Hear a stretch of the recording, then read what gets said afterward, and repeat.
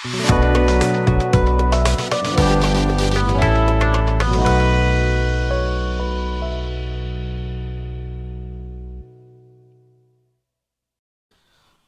Viewers, আসসালামু আলাইকুম। গত 5 আগস্ট 24-এর একটি গণঅভ্যুত্থানের মাধ্যমে স্বৈরাচারী সরকার পতন হয়েছে। যে স্বৈরাচারী সরকারটি ছিল ভারতের আশীর্বাদপুষ্ট এবং মদতপুষ্ট। বাংলাদেশ স্বাধীন হওয়ার পর থেকেই বারবার এই স্বৈরাচারের আবির্ভাব হয়েছে এবং বারবার রক্ত ঝরাতে হয়েছে বাংলাদেশের তরুণ সমাজকে। এই স্বৈরাচারের পতন ঘটাতে গিয়ে যিনি বা যারা গুরুত্বপূর্ণ ভূমিকা পালন করেছেন তারা এই দেশের সূর্য সন্তান। যখন বাংলাদেশ স্বাধীন হওয়ার পর থেকেই আওয়ামী লীগ সরকারকে সমর্থন করে এই দেশের মসনদে বসায় এই দেশের জনগণ, তখন তারা গণতন্ত্র পরিবর্তে স্বৈরতন্ত্রে চলে যায় এবং স্বৈরাচারী কায়দায় তারা মানুষ গুম, মানুষ হত্যা এবং লুটপাটের এক নারকীয় তাণ্ডবতা শুরু করে দেয় 72 থেকে 75 সাল পর্যন্ত। তখন আবার একটি সেনা অভ্যুত্থানের মাধ্যমে সেই স্বৈরাচারের পতন হয় 1975 সালের 15ই আগস্ট। আবার সেই একটি অন্ধকার যুগের পরিসমাপ্তি ঘটে 1977 সালের মেজর জেনারেল জিয়াউর রহমান ক্ষমতার আবির্ভাবের মাধ্যমে তিনি বাংলাদেশে এসেই বহুদলীয় গণতন্ত্রের এবং মুক্তভাবে গণতন্ত্র চর্চার উন্মুক্ত দ্বার উন্মোচন করেন। এইভাবে বাংলাদেশে আবার গণতান্ত্রিক অধিকার ফিরে পায় বাংলাদেশের জনগণ। তাই যিনি এদের স্বাধীনতার ক্ষেত্রে সম্মুখ সমরে থেকে এই দেশকে স্বাধীনতার সূর্যকে ছিনিয়ে এনেছিলেন, শহীদ প্রেসিডেন্ট জিয়াউর রহমান, তিনি আবার সেই বাংলাদেশের অন্ধকার, যখন বাংলাদেশ একটি অন্ধকার যুগে চলে গিয়েছিল, বাংলাদেশের গণতন্ত্র হরণ করা হয়েছিল, বাংলাদেশের মানুষের অধিকার নিয়ে ছিনিমিনে খেলা শুরু হয়েছিল, বাংলাদেশ যখন একটা আনকন্ডিশনাল বা বলা যায় আনস্টেবল পরিস্থিতিতে চলে গিয়েছিল, তখন এই জিয়াউর রহমান দেশের হাল ধরে বাংলাদেশের গণতন্ত্র প্রতিষ্ঠার ক্ষেত্রে গুরুত্বপূর্ণ ভূমিকা পালন করেছেন এবং মাল্টি পার্টি গণতন্ত্র চর্চা সৃষ্টি করেছিলেন 80 সাল পর্যন্ত। কিন্তু কতিপয় অফিসার যারা ভারতের মদতপুষ্ট এবং ভারত যাদেরকে এবং রয়ের মাধ্যমে এই বাংলাদেশের বীর পুরুষ যিনি বাংলাদেশের জাতীয়তাবাদের সৃষ্টি করেছেন, তাকে হত্যা করে এই দেশকে আবারও স্বৈর শাসনের দিকেই নিয়ে চলে গিয়েছিল। সেই গণতান্ত্রিক সরকারকে উৎখাত করে আসলো আবার সেই জেনারেল এরশাদ এসে আবার সেই স্বৈরাচারী কায়দায় দেশকে একটি অগণতান্ত্রিক পন্থায় পরিচালনা শুরু করলো এবং স্থায়ীভাবে থাকার জন্য একের পর এক পরিকল্পনা হাতে নিল, যার সহযোগী হিসেবে ছিল তৎকালীন আওয়ামী দোসররা, আওয়ামী শেখ হাসিনা, যার বাবা 72 থেকে 75 সালে রক্ষী বাহিনী তৈরি করেছিল, বাকশাল তৈরি করেছিল, ব্যাংক লুটের হোতা ছিল এবং দেশের লক্ষ লক্ষ মানুষকে তৎকালীন সময়ে তার সেই একদলে বাকশাল ব্যবস্থা কাম করতে গিয়ে গুম খুন হত্যা করেছিল। সেই হাসিনা স্বৈরাচারী এরশাদের সহচর হিসাবে, দোসর হিসাবে কাজ করল এবং তার শাসনকালকে, তার রিজিমকে প্রলম্বিত করল। তখনও সেই জাতীয়তাবাদী দলের নেত্রী, যাকে বলা হয় বহুদলীয় গণতন্ত্রের জননী, তিনি কম্প্রোমাইজ করেননি, তিনি আপোষহীন ছিলেন।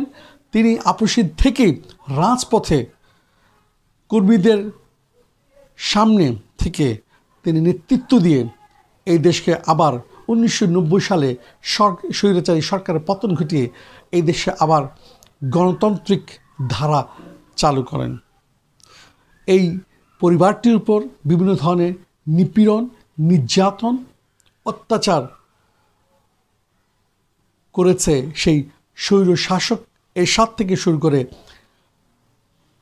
ভারতের সেবাদাসী, ভারতের গোলাম শেখ হাসিনা, নব্য বলা যায় ঘর্ষিটি বেগম শেখ হাসিনা।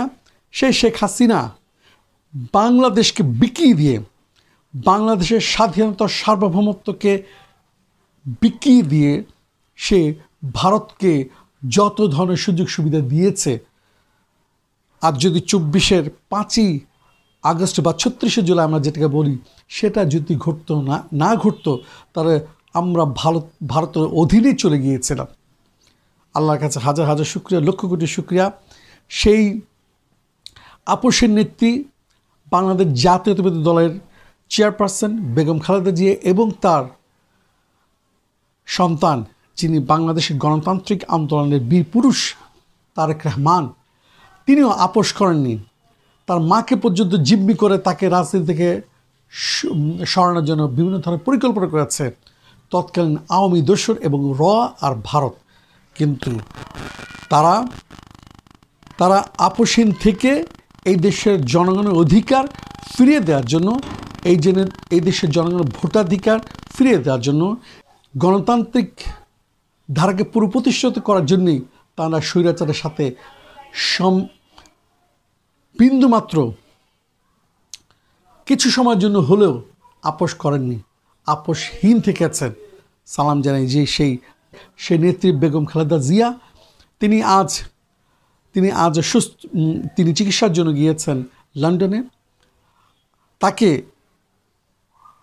মৃত্যু দুয়ারে ঠেলে দিয়েছিল ভারতের তাবেদার, ভারতের গোলাম, ভারতের দোসর, ভারতের রাজাকার, কোলাবোরেট শেখ হাসিনা।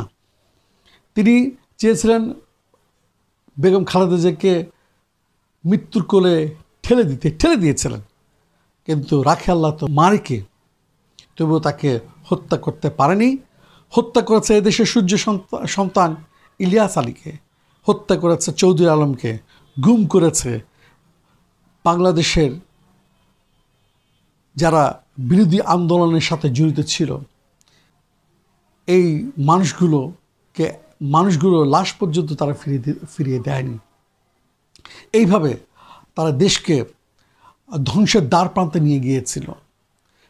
যিনি এই দেশের জাতীয়তাবাদকে, এই দেশের সার্বভৌমত্বকে রক্ষার জন্য নিজের জীবনকে উৎসর্গ করেছেন, সেই বেগম খালেদা জিয়া এবং তারেক রহমান।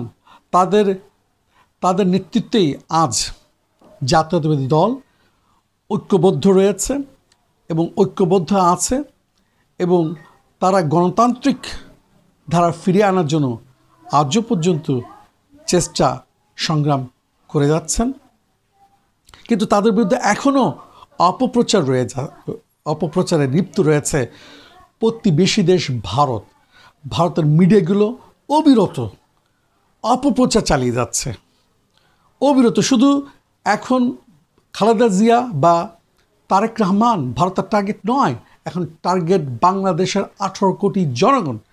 কারণ তারা হচ্ছে চিকেন নেক, যদি কোনো সময় চীন আঘাত করে তাহলে বাংলাদেশকে ব্যবহার করে তারা তাদের 7 সিস্টারকে শাসন করবে।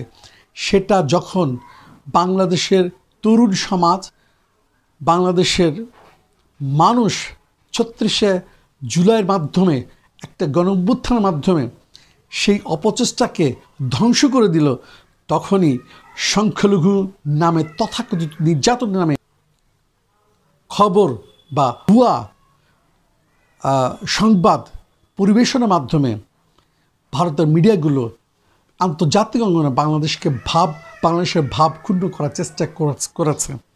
চিন্ন দাশগুপ্তের মতো একটা দেশদ্রোহীকে রাজপথে এনে একজন নিরীহ, একজন শান্তিকামী উকিলকে তারা যেভাবে গুরু জবাইনে হত্যা করলো, তবুও বাংলাদেশের মুসলমান সেই তাদের ফাঁদে পা না দিয়ে বাংলাদেশের মুসলমান বাংলাদেশ সরকারকে সহযোগিতা করেছে সেই দেশদ্রোহীকে গ্রেফতার করার জন্য এবং উপযুক্ত বিচার করার জন্য। সেই চিন্ন দাশগুপ্ত হচ্ছে বিজেপির দোসর এবং ভারতীয় রাজনীতিবিদদের দোসর, যার পরিকল্পনা ছিল বাংলাদেশকে বিচ্ছিন্ন করা, বাংলাদেশের সার্বভৌমত্বকে ধ্বংস করা। এইভাবে ভারত তাদের দোসরদের মাধ্যমে এখনও অপপ্রচার চালিয়ে যাচ্ছে এবং এখনও বাংলাদেশের স্বাধীনতা সার্বভৌমত্বকে কীভাবে বিনষ্ট করা যায়, কীভাবে ধ্বংস করা যায়, কীভাবে খণ্ড বিখণ্ড করা যায়, তাদের অখণ্ডতাকে বজায় রেখে সেটার প্ল্যানিং বা পরিকল্পনা তারা এখনও ব্যস্ত রয়েছে। তাদের রাজনীতিবিদদের মুখেই আমরা যে বক্তব্যগুলো শুনতে পাই সেটা বাংলাদেশের জন্য অশনির সংকেত ছাড়া আর কিছুই নয়। তারা বাংলাদেশকে এখনও উদ্ভূত সংখ্যালঘু নির্যাতনের দেশ হিসেবে জাহির করার চেষ্টা করছে। কখনো বা তাদের নাগরিকদের বাংলাদেশে ধরে নির্যাতনের ইতিহাস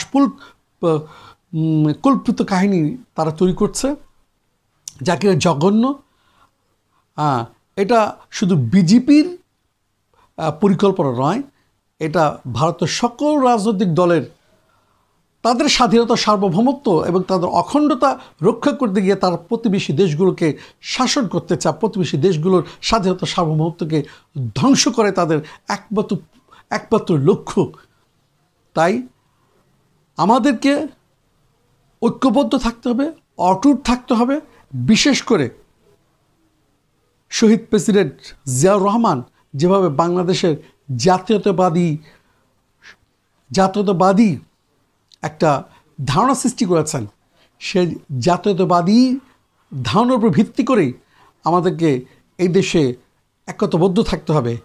কেউ মুসলমান, সংখ্যাগুরু মুসলমান, সংখ্যালঘু খ্রিস্টান, সংখ্যালঘু বৌদ্ধ, সংখ্যালঘু হিন্দু এটা বললে চলবে না। আমরা সবাই বাংলাদেশি। আমরা কেউ ধর্মের ভিত্তিতে এই দেশকে বিভাজনের চেষ্টা করব না। যেভাবে ধর্মনিরপেক্ষতার আড়ালে ভারতে মুসলমান, বৌদ্ধ, খ্রিস্টান, দলিত হিন্দুদের উপর নির্যাতন নিপীড়ন হচ্ছে, সেই তাদের ঘর সামলাতে না পেরে তারা প্রতিবেশী দেশগুলোর উপর নজরদারি করার চেষ্টা করে থাকে। এটা একটা হীনমন্যত পরিচয়, এটা একটা বলা যায় জঘন্য মানসিকতা পরিচয় ছাড়া আর কিছুই নয়। এই বলে আমি আমার বক্তব্য শেষ করছি। পরবর্তী আমার প্রতিবেদন দেখার আমন্ত্রণ জানিয়ে প্রিয় দর্শক মণ্ডলী, আসসালামু আলাইকুম।